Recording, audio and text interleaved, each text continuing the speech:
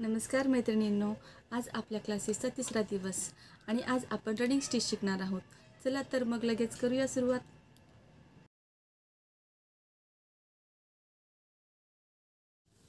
तर मैत्रिणींनो, मी इथे चेन स्टिच करण्यासाठी सुरुवात केलेली आहे।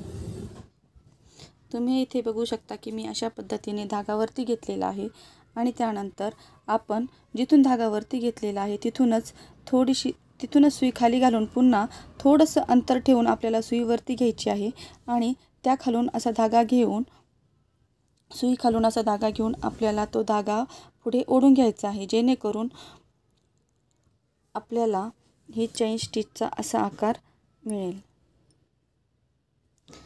पुन्हा एकदा सांगते बघा, लक्ष देऊन बघा। इथून सुई घातल्यानंतर थोडंसं अंतर सोडून आपल्याला सुई वरती घ्यायची आहे आणि हा धागा आणि या धाग्याला सुई खालून घालून घेऊन असा राऊंड मारून घ्यायचा आहे आणि आपल्याला सुई पुढे ओढून घ्यायची आहे आणि मग बघा आपल्याला असा आकार मिळतो। असंच आपल्याला पुढे करत जायचं आहे।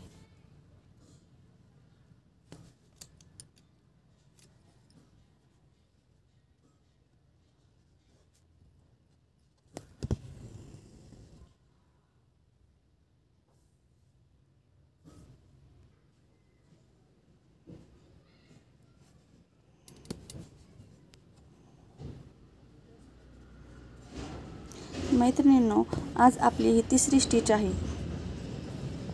आज आपला क्लासेसचा तिसरा दिवस आहे। तर तुम्हाला मी जे शिकवत आहे त्याचा व्हिडिओ कसा वाटतो ते मला कमेंट बॉक्समध्ये कमेंट करून नक्की सांगा आणि जर काही समजत नसेल तर मला कमेंट बॉक्समध्ये कमेंट करून नक्की सांगा की मी काय सुधारणा करायला हवी, जेणेकरून मला व्हिडिओ बनवताना त्यात सुधारणा करता येईल आणि तुम्हाला सुद्धा ते व्हिडिओ समजतील अशी मी अपेक्षा करते।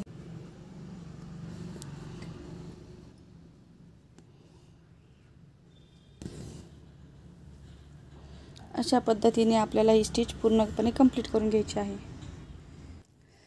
मैत्रिणींनो, तुम्ही इथे बघू शकता की चेन स्टिच माझी पूर्ण झालेली आहे आणि मी नंतरून धागा कट करून घेण्यासाठी अशा पद्धतीने खालून गाठण मारून घेत आहे, जेणेकरून ती पुन्हा उसवणार नाही। हे बघा, अशा पद्धतीने आपली इथे गाठण पॅक बसलेली आहे आणि हे बघा, अशा पद्धतीने आपली चेन स्टिच पूर्ण झालेली आहे आणि त्याचबरोबर आपल्या क्लासेसचा तिसरा दिवस आणि त्यात आपल्या या 3 स्टिच कंप्लीट झालेल्या आहेत, रनिंग स्टिच, बॅक स्टिच आणि चेन स्टिच।